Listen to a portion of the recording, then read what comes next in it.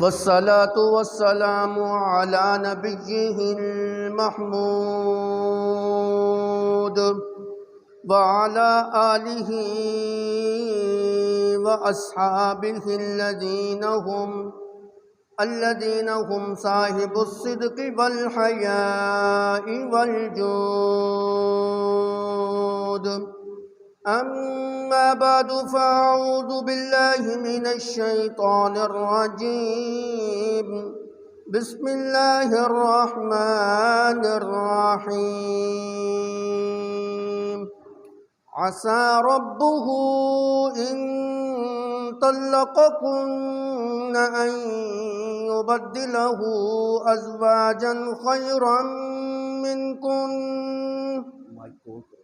منكن مسلمات مؤمنات قانتات تائبات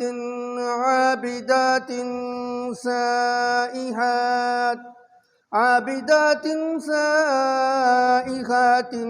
سجبات وأبكارا. قال النبي صلى الله عليه وسلم: فضل عائشة على النساء كفضل السريد على سائر الطعام. سبحان ربك رب العزة عما يصفون وسلام على المرسلين والحمد لله رب العالمين.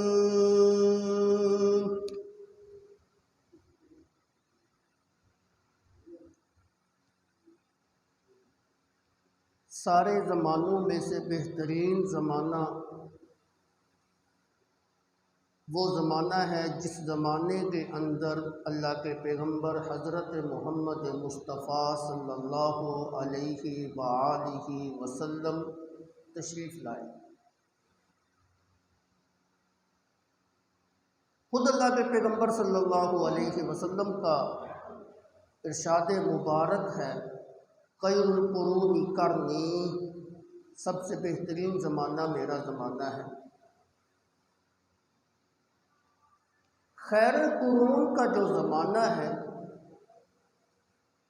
اس کی اپنی ہی برکات ہیں، انوارات ہیں، تجلیات ہیں.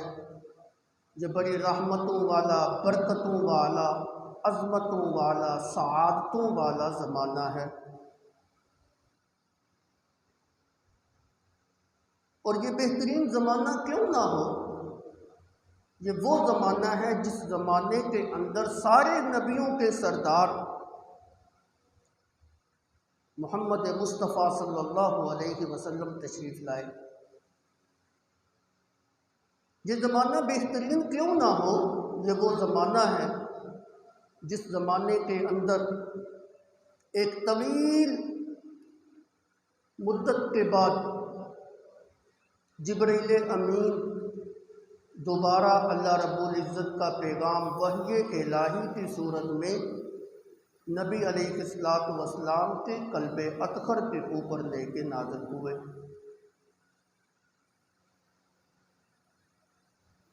یہ وہ زمانہ ہے جس زمانے کے اندر قرآن مقدس کا نزول ہوا.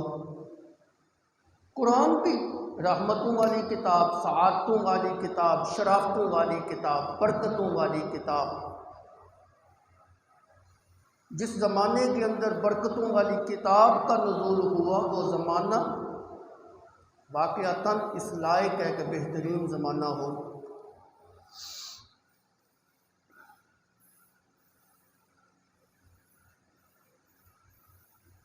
پھر اس زمانے کے اندر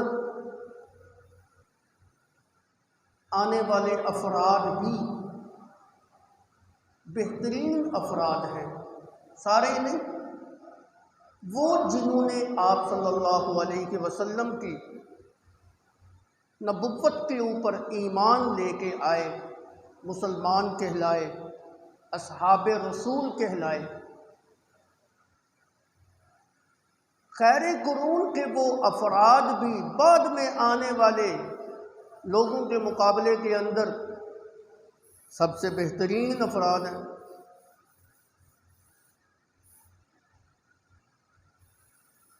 ان کے بہترین ہونے کا اندازہ آپ اس بات سے بھی لگا سکتے ہیں کہ اللہ کے پیغمبر صلی اللہ علیہ وسلم نے آپ کے اوپر جو قرآن مقدس نازل ہوا اس کے اندر ان کے لیے جنت کی بشارتیں بھی سنائی گئیں۔ خیر قرون کے یہ خیر والے افراد، دنیا کے اندر اللہ نے ان کو جنت کی بشارت سنائی، دنیا کے اندر اللہ رب العزت نے ان کو جہنم سے آزادی کا پروانہ سنا دیا۔ یہ وہ عظیم افراد ہیں جن کے متعلق میرے نبی نے فرمایا لا تمس النار مسلمن رآنی ومن رآنی،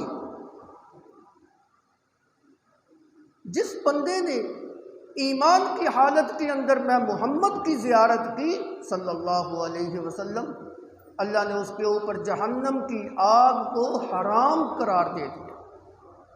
گویا اصحاب رسول کے اوپر اللہ نے جہنم کی آگ کو حرام کر دیا۔ پھر جن لوگوں نے ایمان کی حالت میں صحابہ کی زیارت کی اس کو بھی یہ اعزاز ملا کہ اللہ کے پیغمبر نے فرمایا اس کے اوپر بھی جہنم کی آگ حرام ہے۔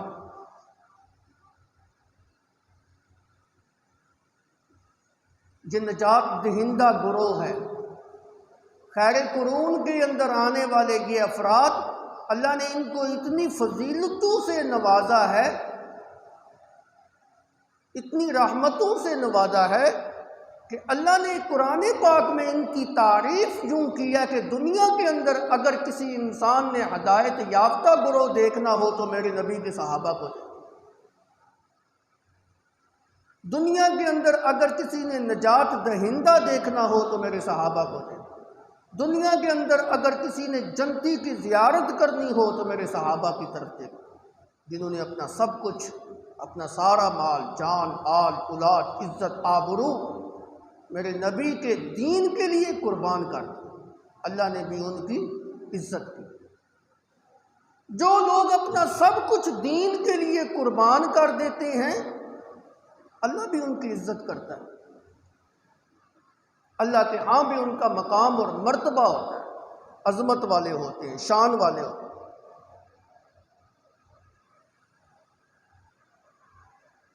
خیر قرون کے جو افراد جنہوں نے اسلام کو قبول کیا، ہاں وہ مذکر ہیں ہاں وہ مؤنث ہیں، یہ نہیں کہ صرف مذکر کو یہ فضیلت حاصل ہے۔ اس وقت جنہوں نے نبی صلی اللہ علیہ وسلم کی نبوت کو تسلیم کیا تھا وہ عورتیں بھی آج کی عورتوں سے خیر والی ہیں، فضیلت والی ہیں، شان والی ہیں، مقام والی ہیں، مرتبے والی ہیں۔ خیر قرون کی جو عورتیں، ان عورتوں نے اپنی آنکھوں سے میرے نبی کی زیارت کی ہے۔ ہم دنیا کے اندر یہ اعزاز حاصل نہیں کر سکتے۔ انہوں نے اپنے کانوں سے میرے نبی کے اقوال سنے ہیں، ہم اس سے محروم ہیں۔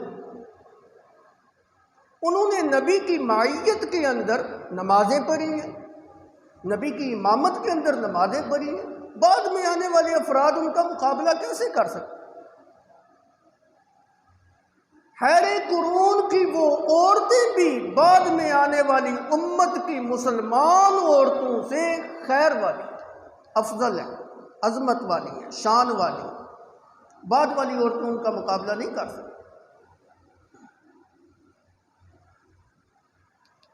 پھر ازواج مطہرات کا مقام اور مرتبہ دیگر صحابیات کے مقابلے میں بھی زیادہ ہے، کیوں؟ یہ میری نبی کے نکاح کے اندر آئی ہے، میری نبی کی منکوحہ بن گئی ہے۔ جو عورتیں نکاح کے بعد میرے نبی کے حرم کے اندر آئی ہیں ان کا مقام اور مرتبہ دیگر صحابیات سے بھی اونچا ہے۔ جو عورتیں نکاح کے بعد میرے نبی کے گھر آ گئی ہیں ان کی شان اور عظمت بعد والی عورتوں سے بھی اعلیٰ اور افضل ہے۔ یہ جو قرآن پاک کی آیت میں نے تلاوت کی ہے اس کے اندر اسی بات کی طرف اشارہ ہے اعوذ باللہ من الشیطان الرجیم عسى ربه ان طلقكن ان يبدله ازواجا خيرا منكن مسلمات مؤمنات قانتات تائبات عابدات سائحات سجبات وابکارا۔ ازواج مطہرات کی اللہ رب العزت نے 6 صفتیں بیان کی ہیں۔ میرے نبی کی حرم کے اندر آنے والی عورتوں کی اللہ رب العزت نے 6 صفتیں بیان کی ہیں۔ پہلی صفت یہ ہے کہ وہ مسلمات ہیں، انہوں نے اسلام کو قبول کیا ہے۔ دوسری صفت ان کے دلوں کے اندر ایمان والی دولت ہے۔ تیسری صفت قانتات، اللہ کی فرما بردار ہیں، اس کے رسول کی فرما بردار ہیں۔ تائبات، چوتھی صفت ہر دم نادم ہونے والی، توبہ کرنے والی ہیں۔ عابدات، پانچویں صفت ہر دم اللہ کی عبادت کرنے والی ہیں، سر بسجود ہونے والی ہیں۔ اور چھٹی صفت سائحات، روزے کے ساتھ رہنے والی ہیں۔ میرے نبی کے حرم کے اندر جو عورتیں آئی ہیں، میرے نبی کے نکاح کے اندر جو عورتیں آئی ہیں، اللہ رب العزت نے قرآن پاک کے اندر ان کی صفات بیان کی ہے۔ اور شاید کوئی بدبخت یہ کہے کہ یہ تو ان عورتوں کا تذکرہ ہے کہ جو عورتیں اللہ نے کہا ہے کہ ان کے بدلے میں تمہیں عطا کی جائیں گی، کیونکہ آیت کا پہلا حصہ اسی کے اوپر دلالت کر رہا ہے۔ عسى ربه ان طلقكن ان يبدله ازواجا خيرا منكن مسلمات۔ ایک بشری تقاضے کے تحت ان سے ایک چھوٹی سی چوک ہو گئی۔ اللہ نے ازواج مطہرات کو تنبیہ کرتے ہوئے فرمایا توبہ کرو، اللہ سے معافی مانگو، وعدہ کرو آئندہ تم ایسا کام نہیں کرو گی۔ اگر تم نے دوبارہ ایسا کام کیا تو اللہ کے پیغمبر صلی اللہ علیہ وسلم تمہیں طلاق دے کے فارغ کر دیں گے، اور تمہاری جگہ پہ اللہ رب العزت جو اپنے نبی کو عورتیں عطا کرے گا، بیویاں عطا کرے گا، وہ ان صفتوں والی ان صفات کی مالک ہوں گی۔ ہاں یہ بات تو ایسے ہی ہے، لیکن یاد رکھیے چونکہ انہوں نے توبہ کر لی، اللہ کے پیغمبر صلی اللہ علیہ وسلم نے ان کو طلاق نہیں دی، اور اب یہی صفتیں ازواج مطہرات کے اوپر پوری آ رہی۔ اگر یہ طلاق کے بعد فارغ ہو جاتی، اللہ اپنے نبی کو اور عورتیں دیتا، ان کے اندر یہ صفات ہونی تھی، لیکن طلاق کی نوبت ہی نہیں آئی۔ اب یہ ساری صفتیں ازواج مطہرات کے لیے خاص ہیں۔ نہیں یقین آتا تو قرآن کی دوسری آیت بطور دلیل پیش کر دیتا ہوں۔ اللہ رب العزت فرماتے ہیں یا نساء النبی لستن کاحد من النساء، اے نبی کے گھر والیو، نساء النبی، اے نبی کی عورتوں، اے نبی کی بیویوں، لستن کاحد من النساء، تم عام عورتوں جیسی نہیں ہو، تمہارا مقام اور مرتبہ عام عورتوں جیسا نہیں ہے، تمہاری شان اور عظمت عام عورتوں جیسی نہیں ہے، تمہاری عظمت اور فضیلت عام عورتوں جیسی نہیں ہے، تمہارا کردار بھی عام عورتوں جیسا نہیں ہونا چاہیے، تمہارے افعال بھی عام عورتوں جیسے نہیں ہونی چاہیے۔ کیوں؟ تم میرے نبی کی گھر والیاں ہو، اور جو میرے نبی کے حرم کے اندر آ جائے، جو میرے نبی کے نکاح کے اندر آ جائے، وہ عام عورتیں نہیں ہوتی، وہ معاشرے کی بہترین عورتیں ہوتی ہیں، خیر والی عورتیں ہوتی ہیں۔ میرے نبی کے نکاح کے اندر آنے والی عورتیں بھی امت کی بہترین عورتیں تھیں، عام عورتیں نہیں تھیں۔ اور کیوں نہ بہترین ہوتی، ان کا انتخاب جو اللہ رب العزت نے خود کیا ہے۔ اللہ کے پیغمبر صلی اللہ علیہ وسلم نے فرمایا ہے نبی جب بھی شادی کرتا ہے تو اللہ کے حکم کے ساتھ کرتا ہے، نبی اپنی اولاد کی بھی شادی کرتا ہے تو اللہ کے حکم کے ساتھ کرتا ہے۔ اللہ نے نبی کو یہ اختیار نہیں دیا کہ فلاں عورت پسند آ گئی تو اس کے ساتھ وہ اپنی مرضی سے نکاح کر لے، نہ، نبی کی شادی تو آسمان کے اوپر ہوتی ہے، اللہ کے حکم کے ساتھ ہوتی ہے۔ اگر نبی کی شادی کے اندر اپنا اختیار چلتا ہوتا تو کبھی بھی آپ زینب بنت جحش کے ساتھ نکاح نہ کرتے۔ تاکہ لوگوں کو طرح طرح کی باتیں کرنے کی نوبت ہی نہ آتی۔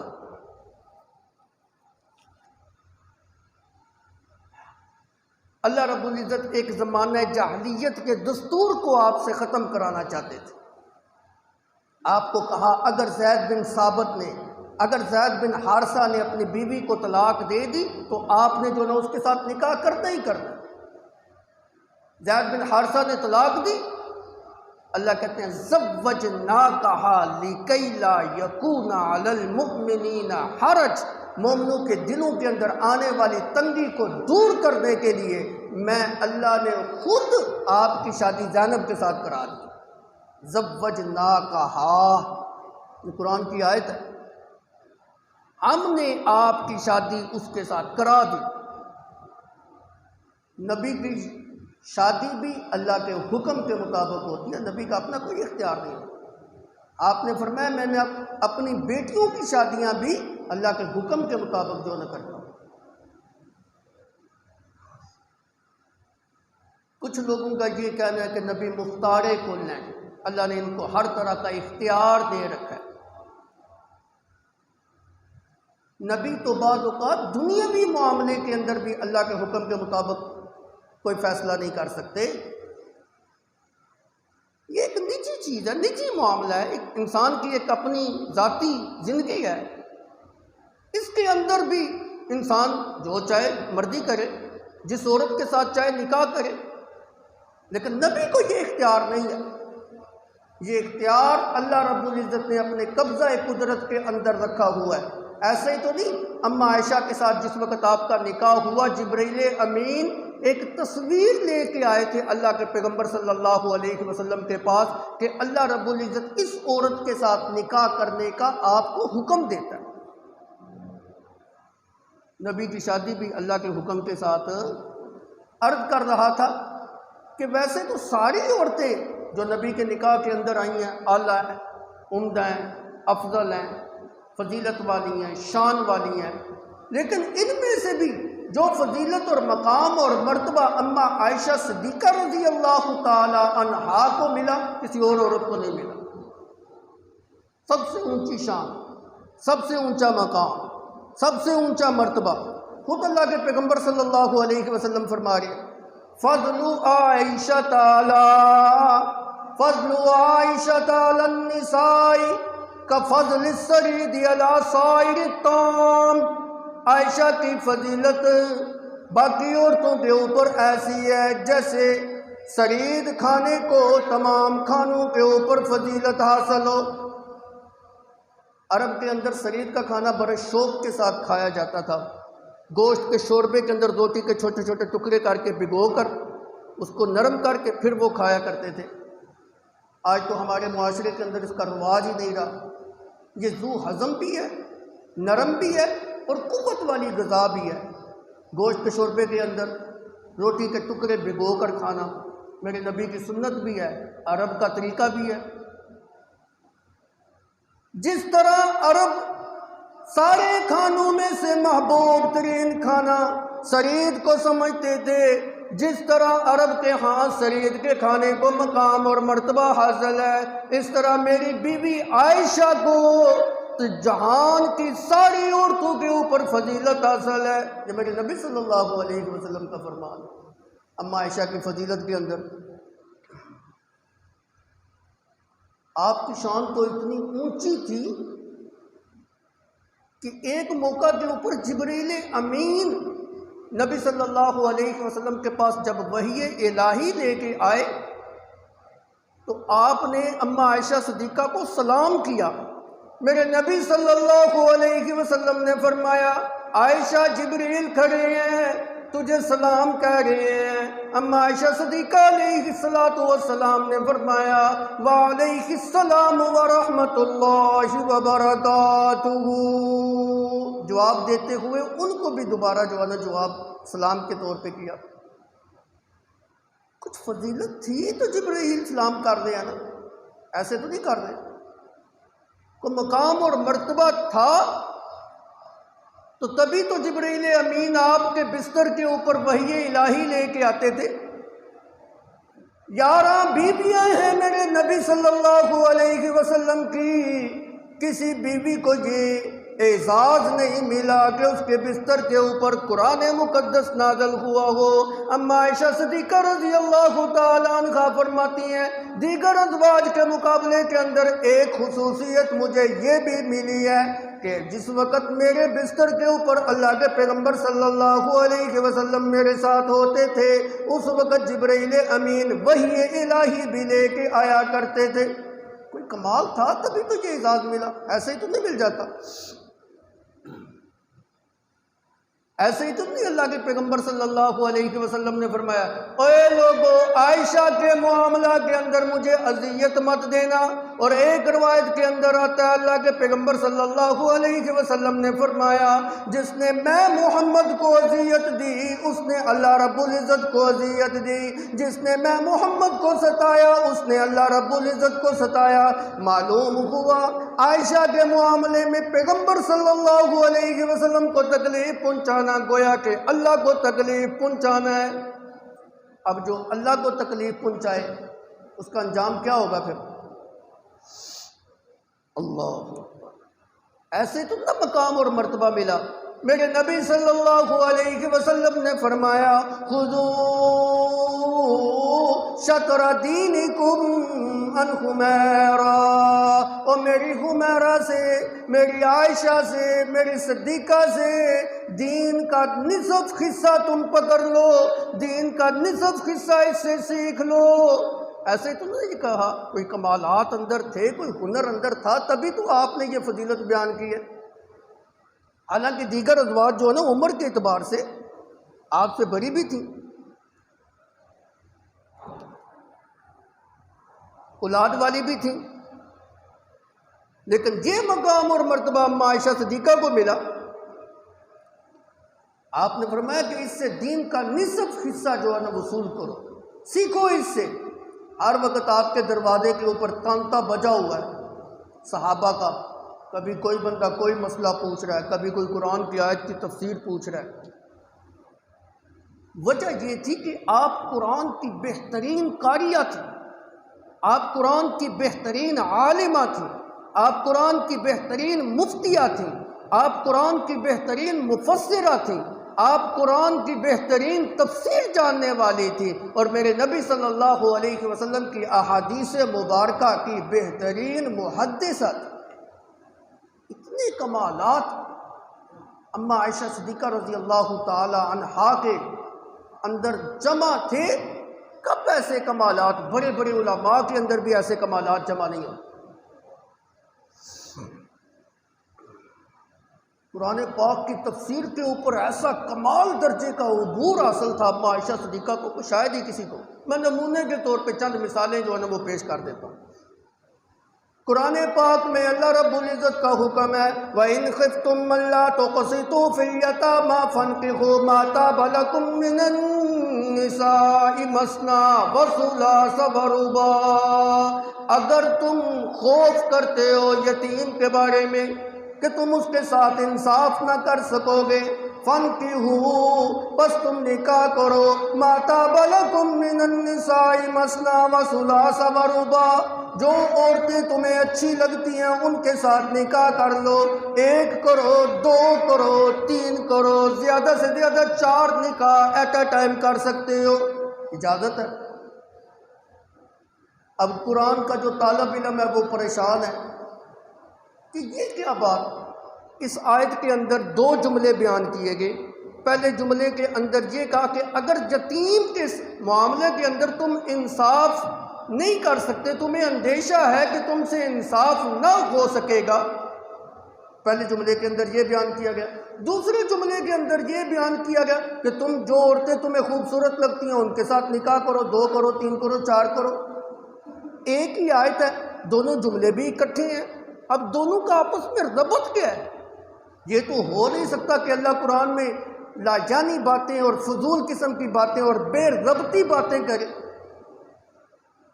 بڑا سوچو بچار کیا، اس کے ربط کو تلاش کرنے کی کوشش کی، کوئی سمجھ نہیں آ جاتا ہے اما عائشہ صدیقہ رضی اللہ تعالی عنہا کے دروازے کے اوپر دستک دیتا ہے مسئلہ پوچھتا ہے، قرآن کی ایک آیت کی تفسیر آپ سے سمجھنا چاہتا ہوں۔ جی فرمائیے۔ کہا کہ آیت کے پہلے جملے کے اندر یتیم کی بات ہے اور دوسرے جملے کے اندر نکاح کی بات ہے، دونوں کا آپس میں ربط کیا ہے؟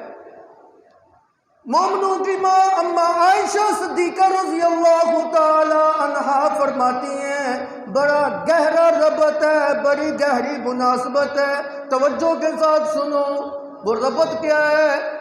زمانہ جاہلیت کے اندر یتیموں کے حقوق پامال کیے جاتے تھے۔ جس انسان کی پرورش کے اندر، کفالت کے اندر کوئی یتیم بچی ہوتی تھی، وہ اس کا کفیل بھی ہوتا تھا، اس کی پرورش بھی کرتا تھا، اس کے سرمایے کی نگہبانی اور حفاظت بھی کرتا تھا، اور جس وقت اس کی شادی کا وقت آتا تھا، بالغ ہو جاتی تھی، اس ڈر کی وجہ سے اس کی شادی نہیں کرتا تھا کہیں اس کو جو ہے اس کا سرمایہ بھی نہ دینا پڑ جائے، دوسرے آدمی اس کے سرمایے کے مالک بن جائیں گے، خود اس کے ساتھ شادی رچا لیتا تھا تاکہ اس کا سرمایہ بھی میرے پاس ہی رہ جائے اور یہ بھی میرے پاس ہی رہ جائے، اس کا سرمایہ کسی اور کو دینا نہ پڑے۔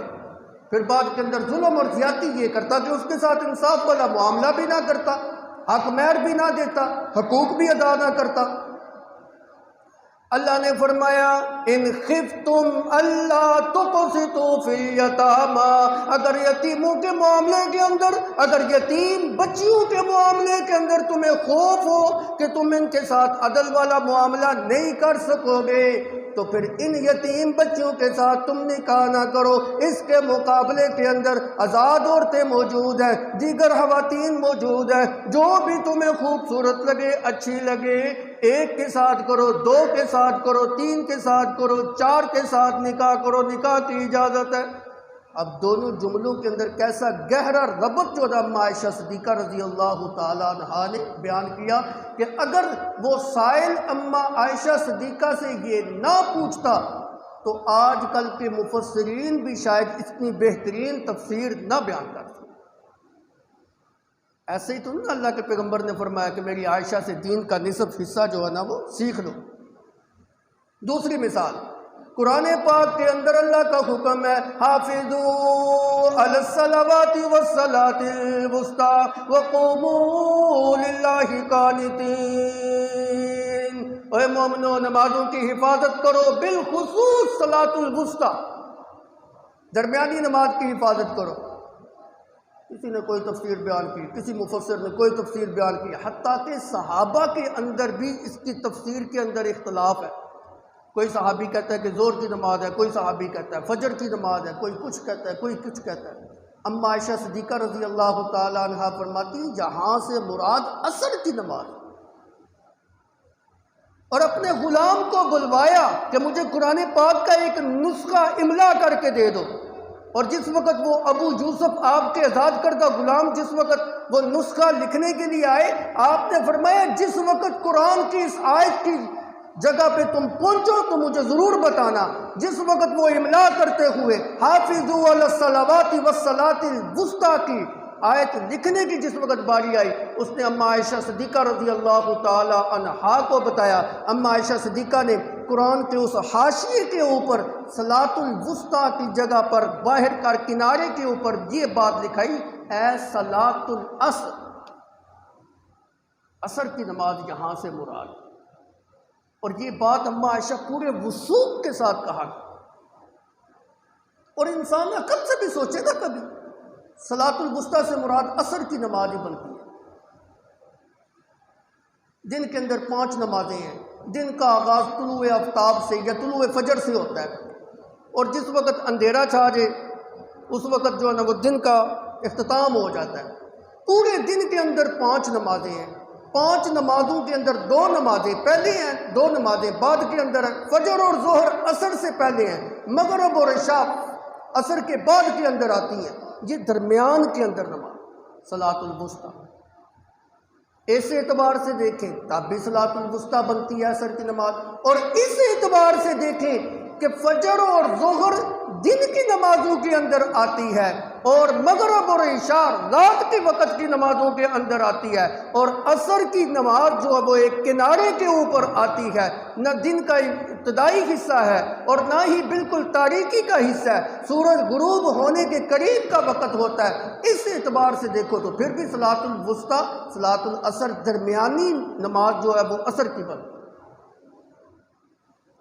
تو اماں عائشہ صدیقہ رضی اللہ تعالی عنہا کو قرآن پاک کے اندر ایسی مہارت حاصل تھی نا کہ بڑے بڑے صحابہ کو بھی ایسی مہارت حاصل نہیں تھی، جس کی وجہ سے اللہ کے پیغمبر نے فرمایا خذوا شطر دینکم عن حمیرہ، اور میری حمیرہ سے دین کا نصف حصہ جو ہے نا سیکھ لو۔ ایک اور مقام دیکھیے، قرآن پاک کے اندر اللہ کا حکم ہے ان تبدوا ما فی انفسکم او تخفوہ یحاسبکم بہ اللہ فیغفر لمن یشاء ویعذب من یشاء واللہ علی کل شیء قدیر۔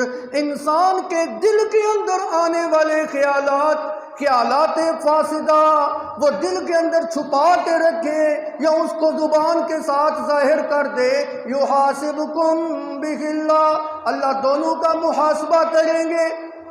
دل کے اندر خیالات آتے ہیں نا، اسی طرح بعض اوقات ان خیالات کو انسان زبان کا درجہ دے دیتا ہے، اپنی زبان سے بیان کرتا ہے۔ اگر تو دل کے اندر چھپائے رکھے، کسی کو بھی نہ بتائے، اللہ اس کو بھی جانتا ہے، اور جو زبان سے باتیں ظاہر کر دیتا ہے اللہ اس کو بھی جانتا ہے، تیرے ظاہر اور باطن کو، تیرے دل کے اندر چھپے ہوئے خیالات کو بھی اللہ جانتا ہے۔ اللہ کہتے ہیں یحاسبکم بہ اللہ، دونوں کے اوپر محاسبہ ہوگا۔ جب محاسبہ ہوگا فیغفر لمن یشاء ویعذب من یشاء، جس کو چاہے گا سزا دے گا اور جس کو چاہے گا جو ہے سزا سے بری کر دے۔ صحابہ پریشان ہیں کہ دل کے اندر تو بسا اوقات بڑے عجیب عجیب خیالات آتے ہیں، اگر ان کے اوپر بھی محاسبہ ہونے لگ پڑا پھر تو کوئی بندہ نہیں بچتا۔ دل ایک ایسی چیز ہے، اس کے اوپر انسان کا اختیار ہی نہیں ہے۔ بسا اوقات بڑے بڑے برے خیالات آتے ہیں، بڑے بڑے خیالات فاسدہ آتے ہیں، بڑے بڑے گندے خیالات دل کے اندر آتے ہیں۔ انسان چاہتا بھی ہے کہ میرے دل کے اندر یہ خیال نہ آئے، پھر بھی جو نہ انسان کے دل کے اندر برے خیالات آ جاتے ہیں، بچنا چاہتا ہے، رکنا چاہتا ہے کہ میرے دل کے اندر ایسا خیال نہ آئے، لیکن کیا کرے، بے بس ہے اس معاملے کے اندر۔ اللہ نے ایک شیطانی طاقت اس کے ساتھ چمٹائی ہوئی ہے، وہ اس کے دل کے اندر وسوسہ ڈالتا ہے۔ یہ بات میں اپنی طرف سے نہیں کہہ رہا، قرآن کی آیت کا ترجمہ ہے الذی یوسوس فی صدور الناس۔ شیطان جو ہے وہ دلوں کے اندر وسوسہ ڈالتا ہے۔ وسوسہ کیا ڈالتا ہے؟ وہ تو اللہ کے پیغمبر نے فرمایا انسان کی رگوں کے اندر جو خون دوڑتا ہے، جس طرح انسان کی رگوں کے اندر خون دوڑتا ہے، شیطان بھی اس کی رگوں کے اندر ایسے پورے جسم کے اندر چکر لگا، خون والی جگہوں کے اندر دوڑتا ہے، اس کو گمراہ کرنے کی کوشش کرتا ہے، اس کے دل کے اندر برے برے خیالات ڈالتا ہے۔ الذی یوسوس فی صدور الناس، شیطان کا تو کام ہی یہ ہے کہ وہ دل کے اندر برے برے خیالات لے کے آتا ہے، انسان کو گمراہ کرنے کی کوشش کرتا ہے، انسان کو پھسلانے کی کوشش کرتا ہے، راہ راست سے ہٹانے کی کوشش کے اندر لگا ہوا ہے۔ اللہ کے پیغمبر صلی اللہ علیہ وسلم نے فرمایا اے لوگو توجہ کیجئے گا، میرے نبی صلی اللہ علیہ وسلم نے فرمایا انسان کے ساتھ شیطان لگا ہوا ہے، چمٹا ہوا ہے، گمراہ کرنے کی کوشش کر رہا ہے۔ آپ صلی اللہ علیہ وسلم ایک دفعہ اعتکاف میں بیٹھے ہوئے تھے، اما حفصہ رضی اللہ تعالی عنہا آپ کے ساتھ ملاقات کرنے کے لیے تشریف لائیں۔ آپ ان کو گھر تک چھوڑنے کے لیے جا رہے تھے، رستے کے اندر دو صحابی جو ہے نا وہ جا رہے تھے، رات کی تاریکی تھی، اندھیرا تھا۔ آپ نے ان دونوں صحابہ کو آواز دی اور کہا یہ میری بیوی ہے، یہ میری بیوی ہے، یہ میری بیوی حفصہ ہے۔ انہوں نے کہا یا رسول اللہ ہمارے ذہن میں ایسا خیال بھی نہیں کہ آپ کسی عورت کے ساتھ ہیں، شاید آپ بھی غلط ہو، ایسا تو خیال ہمارے دل میں آ ہی نہیں سکتا۔ آپ نے فرمایا شیطان ہر انسان کے ساتھ چمٹا ہوا ہے، وہ دل کے اندر وسوسہ دول ڈالتا ہے۔ شاید شیطان تمہارے دل کے اندر وسوسہ ڈالے، اس سے پہلے تمہارے دل کے میں جو نہ صاف کر دیتا ہوں، میں خود ہی وضاحت کر دیتا ہوں۔ یہ عورت جو میرے ساتھ چل رہی ہے یہ کوئی غیر محرم عورت نہیں ہے، یہ میری بیوی حفصہ ہے۔ اللہ کے پیغمبر صلی اللہ علیہ وسلم نے ان کے دل کے اندر آنے والے خیالات کو ہٹا دیا۔ اگر دنیا کے اندر بسا اوقات کوئی ایسا موقع بن بھی جائے کہ لوگوں کی جانب سے آپ کے اوپر تان آتا ہو، الزام آتا ہو اور آپ ہوں درست، تو بے شک مجمع کے اندر کھڑے ہو کے اعلان کر دیا کریں بھائی لوگوں کے دلوں کے اندر میرے خلاف یہ غلط فہمی ہے، اصل واقعہ یہ ہے۔ آپ نے فرمایا شیطان کا تو کام ہی کیا وسوسے ڈالنا، الذی یوسوس فی صدور الناس، اس لیے تمہارے وسوسے کو ختم کر رہا ہوں، یہ میری بیوی ہے، کوئی اور عورت۔ اب انسان کا اختیار ہے اپنے دل کے اندر تو کیسے کیسے وسوسے آتے ہیں۔ یہی بات اللہ رب العزت کہہ رہے ہیں، ان تبدوا ما فی صدورکم او تخفوہ یحاسبکم بہ اللہ فیغفر لمن یشاء ویعذب من یشاء۔ جو خیال تیرے دل کے اندر آیا ہے اس کے اوپر بھی تیرا محاسبہ اللہ رب العزت کرے گا، اور جو بات تو نے زبان کے ساتھ ادا کر کے اس کو اعلان کہہ دی ہے اللہ اس کے اوپر بھی تیرا محاسبہ کرے گا۔ اب جس کو چاہے معاف کر دے، جس کو چاہے عذاب کے اندر گرفتار کر دے، علی کل شیء قدیر، جو ہوا جو چاہے کرے، کوئی اس سے پوچھنے والا نہیں۔ صحابہ پریشان ہیں، یہ کیا معاملہ ہو گیا، دل کے اوپر تو ہمارا اختیار نہیں ہے، جب دل کے اوپر ہمارا اختیار نہیں، اب اللہ رب العزت نے گرفتار کر لیا، پکڑ لیا، تو پھر تو سب تو مارے جائیں گے۔ حالانکہ ہم تو یہ چاہتے ہیں کہ ہمارے دلوں کے اندر برا برا خیال نہ آئے۔ اللہ نے فرمایا لا یکلف اللہ نفسا الا وسعها لها ما کسبت وعلیها ما اکتسبت۔ اللہ رب العزت کسی انسان کو ایسی تکلیف کے اندر مبتلا نہیں کرتے جو اس کی طاقت سے باہر ہو۔ لہا ما کسبت وعلیہا ما اکتسبت۔ جتنی دیر تک انسان کوئی کام کر نہیں لیتا اتنی دیر تک اللہ رب العزت اس کو عذاب کے اندر بھی نہیں پکڑتے، جتنی دیر تک کوئی جرم کر نہیں لیتا اتنی دیر تک اللہ عذاب کے اندر گرفتار بھی نہیں کرتے۔ لہا ما کسبت ولہم ما کسبتم۔ جو کام تم نے کیا ہے اسی کا وبال تمہارے اوپر آئے گا۔ اب یہ آیت جس وقت نازل ہوئی صحابہ کو تھوڑا سا اطمینان ہوا کہ اب جو ہے نا بات بنی۔ حضرت علی رضی اللہ تعالیٰ عنہ، ابن عباس رضی اللہ تعالیٰ عنہ، ابن عمر رضی اللہ تعالیٰ عنہ، وہ فرماتے ہیں کہ قرآن پاک کی یہ آیت لا یکلف اللہ نفسا الا وسعها، اس سے ان تبدوا ما فی صدورکم، جو تمہارے دلوں کے اندر خیالات آتے تھے اس کے اوپر بھی محاسبہ ہوگا۔ اب وہ قرآن پاک کا حصہ اس آیت سے منسوخ ہے۔ وہ کیا ہے جی؟ منسوخ ہے۔ صحابی آ جاتا ہے اماں عائشہ صدیقہ رضی اللہ تعالی عنہا کے پاس، اماں جی فلاں صحابی تو یوں کہتا ہے۔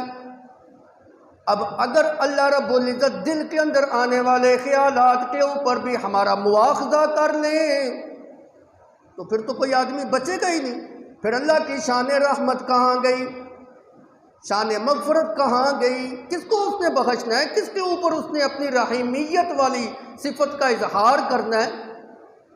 اما عائشہ صدیقہ رضی اللہ تعالی عنہا فرمانے لگیں، اس کی تفسیر کے اندر ایک آیت پڑھی، من یعمل من سوء او یجزا بہ، جو انسان کوئی برا کام کرتا ہے اس کو اسی کی جزا دی جائے گی۔ برا کام جب تک کرے گا نہیں اتنی دیر تک اس کو اس کی جزا نہیں۔ ہاں یہ تمہارا کہنا کہ اللہ اپنی شان رحمت کا کب اظہار کرے گا، تو اس کا مطلب یہ ہے کہ بسا اوقات دنیا کے اندر چھوٹی چھوٹی تکلیفیں مومن کو پہنچتی ہیں۔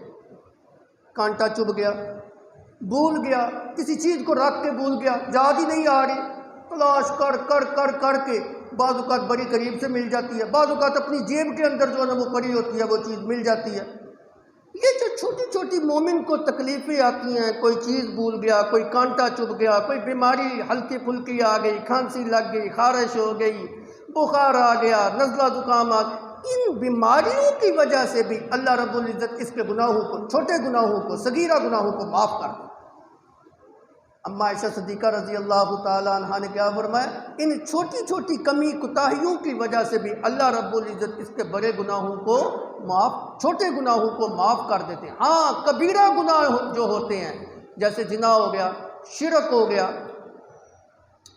تہمت ہو گئی، کسی کو گالی نکال دی، کسی کے اوپر ظلم اور زیادتی کی، بددیانتی کی، ناانصافی کی، کسی کا مال کھا گیا، کسی کی زمین ہڑپ کر گیا، اس طرح کے جو بڑے بڑے کبیرہ گناہ ہیں، اپنے والدین کی نافرمانی کی، اولاد کو قتل کیا، شرک کیا، بدعات کی، اس طرح کے جو بڑے بڑے گناہ ہیں، وہ جب تک انسان توبہ نہیں کرتا اللہ کے ہاں اتنی دیر تک معاف نہیں۔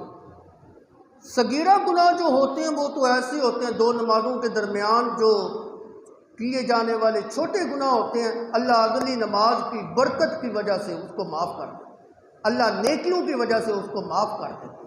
ایک جمعے اور دوسرے جمعے کے درمیان ہونے والے جو صغیرہ گناہ ہیں، اللہ دوسرے جمعے کی پڑھنے کی وجہ سے اس کو معاف کر دیتے ہیں۔ رمضان سے لے کے رمضان تک جو سال بھر کے جو صغیرہ گناہ ہوتے ہیں، اللہ رمضان کی برکت سے اس کو جو ہے نا معاف کرتے ہیں، لیکن کبیرہ گناہ ایسے نہیں معاف ہوتے جب تک انسان اس کی جو ہے نا معافی نہیں۔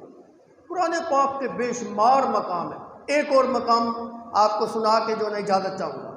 اللہ کا حکم، من کان غنیا فلیستعفف ومن کان فقیرا فلیأکل بالمعروف۔ اللہ رب العزت نے فرمایا جو انسان تم میں سے غنی ہے، یتیم کے مال کے قریب بھی نہ جائے، ہاں فقیر کو اجازت ہے کچھ اس سے کھا پی لے۔ دوسری جگہ پہ فرمایا ان الذین یأکلون اموال الیتامی ظلما انما یأکلون فی بطونہم نارا وَسَيَصْلَوْنَ سَعِیرًا۔ جو انسان یتیم کا مال ناحق طور پہ کھاتا ہے، اللہ رب العزت اس کو جہنم کے اندر گرائیں گے، وہ اپنی پیٹ کے اندر جہنم کی آگ بر جائے۔ اب صحابہ نے یہ سمجھا کہ ان الذین یاکلون اموال الیتامی، اس آیت نے وہ پہلے حکم کو منسوخ کر دیا۔ آ جاتا ہے صحابی نبی اما عائشہ صدیقہ رضی اللہ تعالیٰ عنہا کے پاس اس آیت کی تفسیر پوچھنے کے لیے۔ اما عائشہ صدیقہ رضی اللہ تعالیٰ عنہا فرماتی ہیں منسوخ ماننے کی ضرورت نہیں ہے، اس کا مطلب تو یہ ہے کہ جس انسان کے زیر کفالت کوئی یتیم ہے، وہ اس کے مال کی نگہبانی کر رہے، اس کے مال کی حفاظت کر رہے۔ اب اگر وہ امیر آدمی ہے، صاحب ثروت آدمی ہے، کھاتا پیتا ہے اور اس کو غریب کے مال سے کوئی حاجت نہیں ہے، تو اس صورت کے اندر اس کو اس کے مال سے کھانے کی قطعاً اجازت نہیں ہے۔ اور اگر کوئی کفیل اور اگر کوئی ذمہ دار یتیم کا ایسا ہے جو خود بھی بیچارہ غریب ہے، محتاج ہے، مفلس ہے، وہ اس یتیم کی کفالت اپنے مال سے تو نہیں کر سکتا، بلکہ اپنے بھی حالات اس کے اوپر مشکل ہو چکے ہیں، تو ایسی صورت میں اللہ رب العزت نے اجازت دے دی من کان فقیرا فلیأکل بالمعروف۔ وہ دستور کے مطابق جتنی اس نے مال کی حفاظت کی ہے، اس کے کاروبار کو سنبھالا ہے، اس کی پرورش کی ہے، اپنی اجرت اس سے لے سکتا ہے۔ اب دونوں کو منسوخ ماننے کی ضرورت نہ رہی۔ اس طرح کی بے شمار قرآنی آیات کی تفسیر ایسی ہیں جس کے اندر اما عائشہ صدیقہ رضی اللہ تعالیٰ عنہا نے ایسے خوبصورت انداز کے ساتھ اس کی تفسیر بیان کی کہ دونوں جو ہے نا اپنے اپنے محل پر درست ہیں، کسی آیت کو منسوخ ماننے کی ضرورت نہیں۔ ایسے ہی تو نہیں نا، امام عطا ابن ابی رباح اما عائشہ صدیقہ رضی اللہ تعالی عنہا کے بارے میں فرماتے تھے کانت عائشہ افقہ الناس وعالم الناس راعیا فی العامہ۔ ساری نسل انسانیت میں اس امت کے اندر انبیاء کے بعد صحابہ کی جماعت کے اندر اور بعد میں آنے والے لوگوں کے اندر افقہ الناس، عائشہ وہ ہستی ہیں جن کے پاس سب سے زیادہ علم ہے، افقہ الناس جس کے پاس سب سے زیادہ تفقہ ہے، افقہ الناس جو سب سے زیادہ دین کی سمجھ اور بوجھ رکھنے والی ہیں، افقہ الناس جو دین کی بصیرت سب سے زیادہ رکھنے والی ہیں، اعلم الناس رائن فی العامہ لوگوں کے اندر جس کی رائے سب سے اونچے درجے کی ہے اور سب سے اونچی عالمہ اور مفسرہ اور محدثہ ہیں۔ ایسے ہی تو نہیں اللہ کے پیغمبر نے فرمایا اور میری عائشہ سے دین کا نصف حصہ سیکھو، کچھ کمالات اندر تھے تو اسی وجہ سے تو اللہ کے پیغمبر صلی اللہ علیہ وسلم نے ان کے فضائل و مناقب سکھائے۔ آج کے درس کے اندر اما عائشہ صدیقہ رضی اللہ تعالی عنہا بحیثیت مفسرہ میں نے ان کا تعارف کرایا ہے۔ آئندہ جمعہ کے اوپر انشاءاللہ العزیز اما عائشہ صدیقہ رضی اللہ تعالی عنہا بطور محدثہ کہ حدیث کے اندر ان کے کیا کمالات ہیں، کس طرح انہوں نے حدیث کے مشکل مقامات کے ایسے خوبصورت معانی بیان کیے ہیں کہ صحابہ کے اشکالات جو دور ہو گئے ہیں، اس لحاظ سے ان کا تعارف کرایا جائے گا۔ وآخر دعوانا الحمدللہ رب العالمین۔